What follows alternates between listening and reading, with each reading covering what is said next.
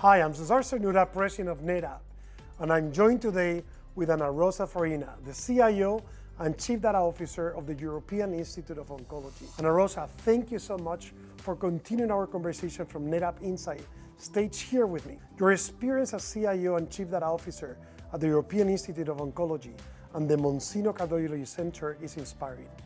Can you share a little bit about the type of data you are working with on a daily basis? First of all, let me thank you for having me here. For me, it's a great honor. Well, talking about data being produced at the hospitals, the research and university hospitals, we can say that we are literally swimming in a great sea of data. And it's data from all kinds.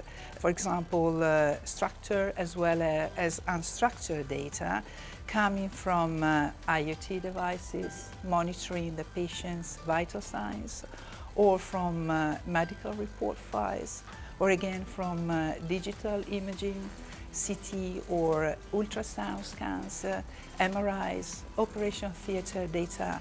So we are surrounded by data. I can't imagine your day-to-day.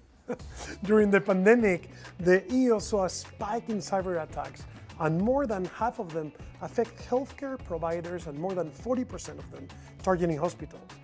What are you doing to stay ahead of the criminals? You know, 30% of the data being produced worldwide belongs to the healthcare industry. And according to a recent report, only fewer than 30% of the organizations has got cybersecurity and ransomware protection policy in place. And that makes, the data protection argument very, very concerning.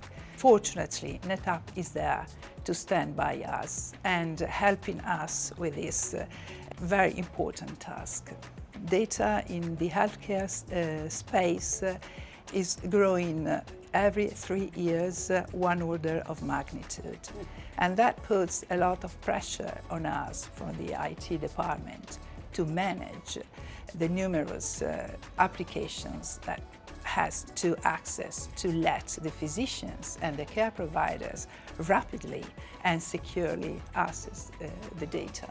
Well, thank you so much for that trust. Why does healthcare data need to stay hot? And how do you manage that incredible amount of data while also keeping it secure? The healthcare procedures may unfold many decades, and so physicians need to get access securely and rapidly to the data being produced at the point of care even 5-10 years ago.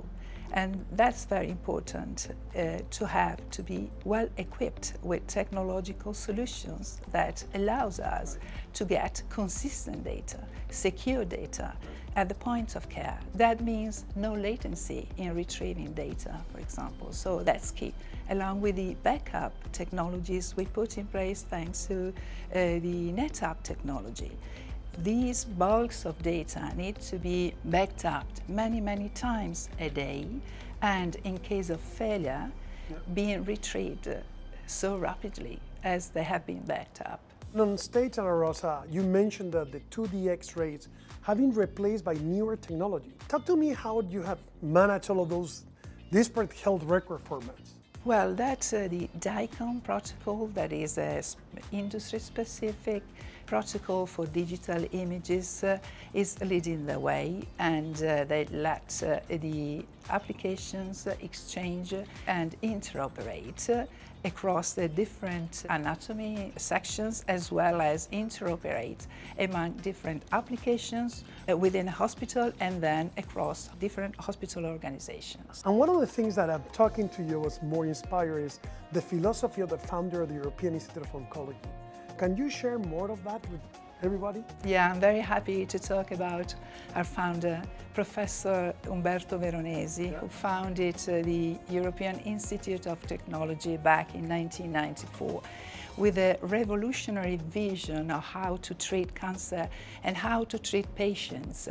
Among the innovations he brought into this field is the concept that a patient being affected by cancer must be be guaranteed humanity, a deep feeling. He must be hugged by all the organization, physicians and the administrative staff. Everybody is responsible for the well-being of the patients being affected by so a terrible disease. So one of the innovations he brought in is the new techniques of cancer treatment. For example, in relation to breast cancer, fewer disfiguring procedures and giving patients dignity.